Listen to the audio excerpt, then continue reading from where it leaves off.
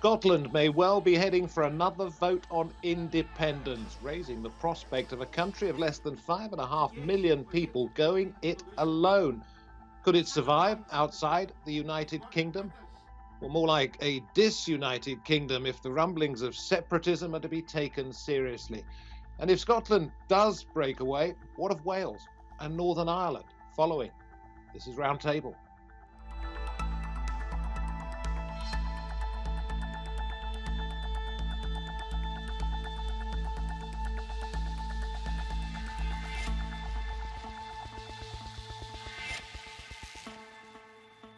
Hello and welcome from me, David Foster. The last time the Scots voted on independence, they said we will stay part of the UK, but that was in 2014, and as we all know, a great deal has changed since then, particularly in the last 12 months.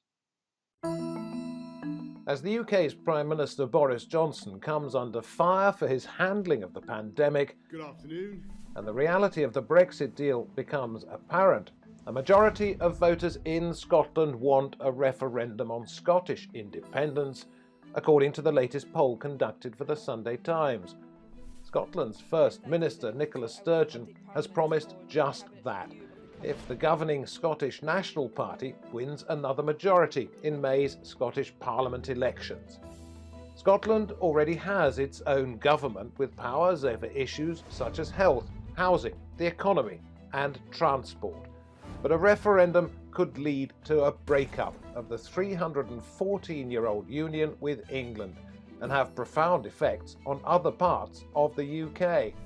However, such a referendum does require Westminster's approval. Downing Street maintains it would be illegal. It is a political standoff that threatens to become a crisis. So could the future of the United Kingdom be at stake?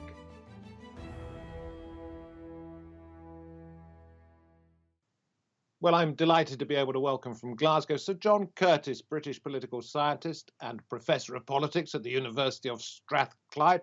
We go across the country to Edinburgh and welcome Colin Fox from the Scottish Socialist Party, leading independence campaigner, and then down south to London where we see John Lloyd, contributing editor of the Financial Times and author of Should Old Acquaintance Be Forgot? The Great Mistake of Scottish Independence. I'll ask you, John, in a little while what that mistake was. But John Curtice, though, first of all, is there going to be a second independence referendum in the near future? Well, the answer to that question is perhaps, and certainly none of us knows, but the crucial thing to realise is that the answer is definitely not simply one of no. The first crucial stage towards any second independence referendum will be the outcome of the Scottish Parliament in May of this year. In my view, the SNP will need to get an overall majority on their own in that referendum if they're going to have any prospect of pushing their case in the relatively near future. Because if they do that, then they would have replicated the achievement that they managed in the 2011 Scottish Parliament election. And it was that achievement a decade ago that led the then Conservative Prime Minister David Cameron to say that I accept you have the moral right to hold a referendum. That precedent is therefore one that will hang over the UK government, the current UK government, if indeed the SNP manage to get an overall majority. Now that said, it's pretty clear that the current Prime Minister Boris Johnson is very reticent about the idea. And assuming he does try to stick to the argument that there shouldn't be a referendum, we will then enter relatively uncharted territory, which is, I think we can anticipate, as the SNP indicated about 10 days ago, is that they will endeavour to hold some kind of referendum anyway, even if they've not been given the authority to do so by the House of Commons. And we only have to go back to Scottish Government white papers before the 2011 Scottish Parliament election to realise that quite a lot of work was done at that time that suggested how that might be possible, although it has then to be said that the truth is that the public lawyers do not agree as to whether or not certainly the ideas that were put forward then for holding a referendum purely on the authority of the Scottish Parliament, whether or not that would or would not manage to navigate its way successfully through the courts. Can I butt in and ask you this? Compared to 2014, what have you found out about the intentions of Scottish voters today? Let's say if there were to be Indy Ref 2 by the end of this year, how would they vote compared to 7 years earlier? Well, I mean, 7 years earlier, they voted, in the end, 45% voted for yes, 55% voted for no. Has to be said that 45% figure for yes was much higher than most people, including not least the UK government at the time, anticipated they would get. But on average now in the polls, it's 54% for yes, 46% for no. So essentially, the position is reversed. It's reversed essentially for two reasons. The first is the pursuit of Brexit, which of course is a relatively unpopular idea north of the border and which has quite significantly restructured who is and who isn't willing to support independence and has led to an increase in support for independence. And the second, much more immediate and perhaps much more contingent, is the perception north of the border that the Scottish government has handled the coronavirus pandemic much more effectively than the UK government has, and that as a result, there's a minority, about 1 in 5 of those people who voted no in 2014, who now say, actually, I think Scotland might have handled the pandemic better as an independent country. Now, that said, of course, moods come and moods go. There's no guarantee that if and when we do get a referendum, the yes side will win. What we can say is that the prospects of a yes side winning a referendum are now much better than they ever previously have been. Which leads me to ask you, Colin Fox, does that give you confidence that if there is a second referendum, independence will be achieved for Scotland? Well, that's a really good question. I mean, I think you have to have confidence from the fact that the figures are better than they were. But I think there's a lot in what John Curtice says. I don't believe there'll be an independence referendum anytime soon, because one of the figures John's not mentioned is there's not a majority in Scotland yet for hosting a second referendum. But one thing has fundamentally changed, and that is when this debate began in earnest in 2012 and 13, you know, in other words, in the run up to the 2014 referendum, support for independence in Scotland was at 27%. It's now, according to figures John gives us regularly, almost 57%. So it's hard to see this debate going away anytime. And it's hard to see this debate ending without a second vote. Some of that, I think it's still very much in the lap of the dogs. I believe in independence, but also believe that the independence movement has got a very great job in front of us. This is the British state we're trying to disempower here. And anybody who knows the history and knows the present day would not make the mistake of underestimating the power of the 5th biggest economy in the world, the 5th biggest army in the world, and the absolute determination that Unionists in London have shown to prevent independence from happening. So there's a battle royal, if I can say that as a Republican, looming large in Scotland. I think it's unavoidable. I don't see circumstances taking place where there won't be a second referendum. As to when it happens, who knows? Okay. Probably not this year. Probably not the year after. I get that. John Lloyd, I will come to you in just a moment, John, but first we're going to hear from Boris Johnson. Went up to Scotland at the end of January and basically was told your presence isn't that welcome. But he also had this to say about the possibility of independence or any kind of referendum. I don't think the right thing to do is to talk endlessly about another referendum when I think what the people of the country want, and I think that the people of Scotland want in particular, is for us to fight this pandemic. As I say, it's great to see everything that Scotland is contributing to the national effort. It's quite amazing. And I think what people want to see is us bouncing back more strongly together. So there we hear from Boris Johnson. John Lloyd, I was fascinated to read today that the man who organised the Yes campaign, in other words, Stay with the Union campaign, back in 2014, that's Blair McDougall, has said that Boris Johnson is a greater threat to the UK than any nationalist. He should stay out of this campaign altogether. So what does that mean to those who want to stay part of the Union? Well, first of all, it means that Boris Johnson is very unpopular. He's essentially seen as quite rightly seen as an English toff, Eton and Oxford and so forth. He compares badly sometimes, at least not always, with Nicola Sturgeon in presentation, although actually the Scots' rollout of the vaccines is now the worst in the UK. So it's presentation rather than reality. He should, I think, perhaps he should be more careful about what he says and how he says it. But he's had a long career in right-wing journalism where he's said whatever he wants to. So he's a difficult man to organize. One would wish for another prime minister at the moment, but that's the one we've got. What do you think? You wrote this book. What is the great mistake of Scottish independence? The great mistake of Scottish independence is twofold. One, that the Scottish National Party has not told the Scottish people anything like the truth about the economy of Scotland if and when it becomes independent. That economy will require a level of austerity, which the SNP has always blamed Westminster for, and this time it'll be Scotland's austerity, and it will be very, very austere indeed.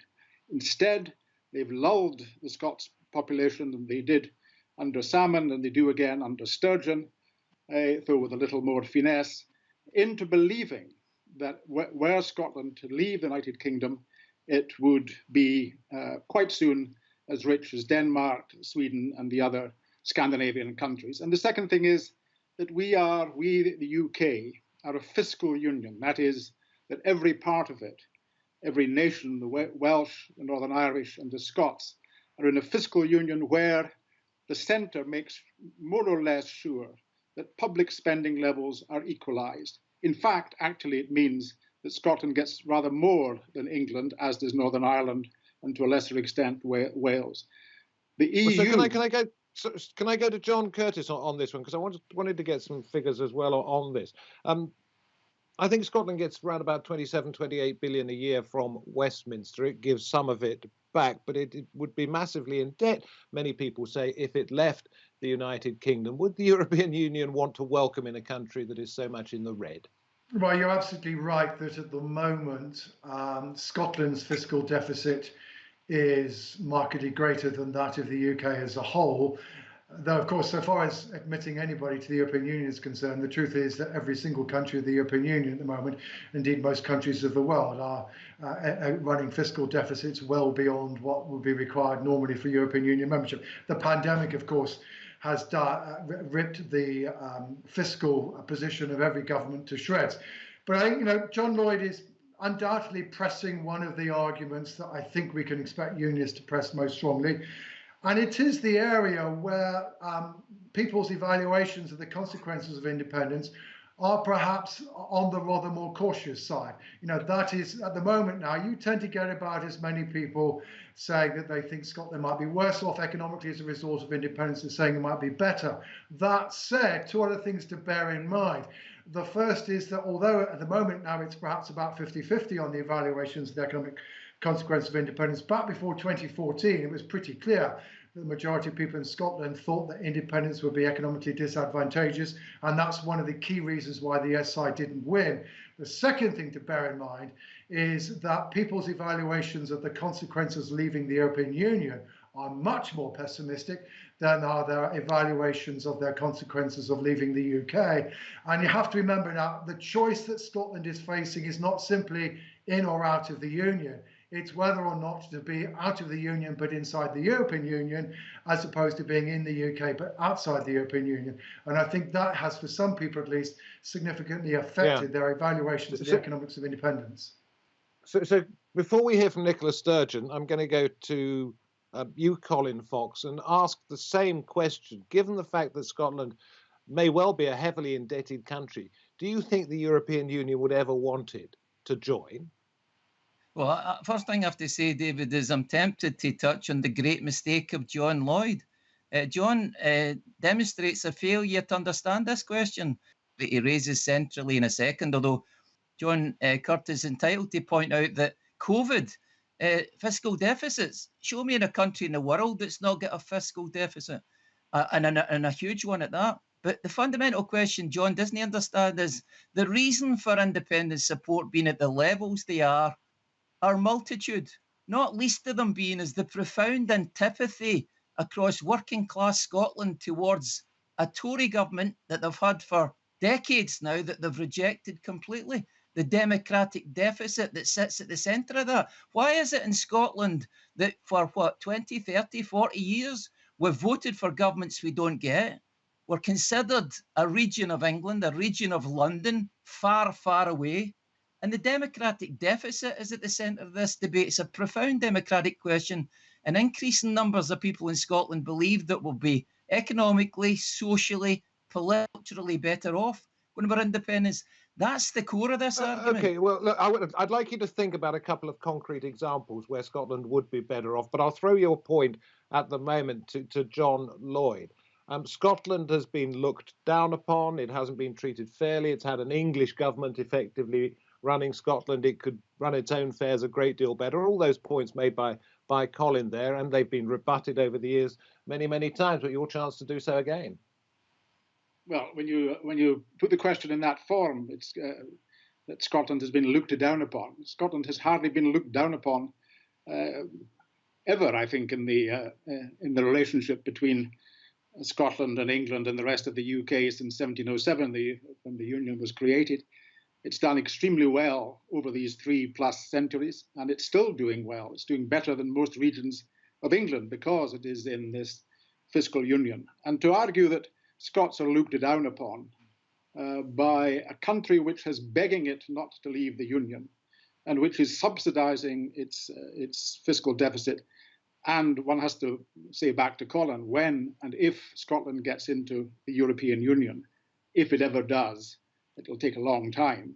It certainly will not be in a fiscal union because the European Union can't create one. This isn't a harbour where Scotland can sit back and have a better time than it did in the United Kingdom. It's also a place where its exports, which largely go 60% go to the rest of the UK, are quite small. Now, they'll probably grow, but it's a tough world out there. It'll be tougher now after the end of COVID, and to get to the kind of levels that it's now got within the UK would be very, very hard indeed. That's okay. I'm going to bring in a little thought from Nicola Sturgeon right now, since you mentioned COVID. She was talking before the full effects of what's happened over the course of the last 12 months or so became known. This was February last year. We've been taken out of the EU against our will. Our efforts at compromise of keeping the UK inside the single market and the customs union have been rejected. And the overall approach taken to Brexit has consistently been contrary to Scotland's views, to our values and to our interests. So I'll come to you on this one, John Curtice. There she is, upping the idea of an independent Scotland. If there were even a second independence referendum, would that encourage those in Northern Ireland who want to see a united Ireland to do the same? You may want to mention Wales as well, but that's sort of normally left out of this conversation. Well, of course, ever since the Brexit referendum, one of the questions hanging over the United Kingdom was whether it could be maintained, because Scotland and Northern Ireland did indeed both vote to remain inside the European Union. And of course, on the island of Ireland, this is a deeply sensitive subject. I think, the polling in Northern Ireland is less consistent than that in Scotland. In Scotland, all the survey evidence suggests that at the moment there's a majority in favour of independence. In Northern Ireland, some polls suggest the Union only now has a close lead. Others suggest that the lead is still rather more comfortable. But I think almost inevitably, if Scotland were to actually achieve independence, and Colin's probably right, it would be quite a way down the track if it happens at all, then clearly questions would be raised about Ireland. But in any event, Brexit will raise questions about Ireland anyway. John Lloyd has quite rightly pointed to the arguments about trade flows for Scotland. Clearly, one of the potential implications of Brexit and the way in which it's now been set up for the island of Ireland is that the trade flows between the north and the south will become stronger, and the trade flows between those of the north and Great Britain will weaken. And if that does indeed happen, then some of the economic arguments about Northern Ireland, some of which are not dissimilar to what John Lloyd has mentioned about Scotland, may also then begin to look rather different. Okay, I'm going to go to John Lloyd, since you bring his name up in this, and ask you about this possibility of what might happen in Northern Ireland. You think there could well be a domino effect? There may be. I mean, as Sir John has said, the polls there are much less definite than they are presently in Scotland. In fact, in some polls, there's quite a strong majority for remaining in the Union, which means that people on the, since it's Catholic, Protestant, Unionist, nationalist split, quite a lot of people in the nationalist Catholic side seem also to be voting to remain in the Union. And one has to remember, I think, or take into account, that Southern Ireland, or the Republic of Ireland itself, would not be very keen to take over a country which would be riven with dissent were it to be incorporated into the Republic of Ireland, and would be very expensive, especially keeping the National Health Service at the level it is in the north. So there's no real constituency outside of the nationalists in the north, and not all of them, for union, and I wouldn't expect it at all soon. I think there'll be a good deal of caution, even more caution, in Northern Ireland, in becoming part of a united Ireland, and there'll be a lot of caution in the Republic itself. How come when we had the first independence referendum, we were told there wouldn't be another one for a generation, and it's only 7 years, John Lloyd, since we had that referendum. It's hardly a generation. I think actually, it's a point that Colin might prefer to make than me, but I think actually that Sturgeon is kind of right in this. What has changed, and changed fundamentally, apart from Boris Johnson becoming Prime Minister, is Brexit. The campaign in 2014 was fought in part on the assumption, which actually both sides accepted, that both the rest of the UK and Scotland would remain within the EU.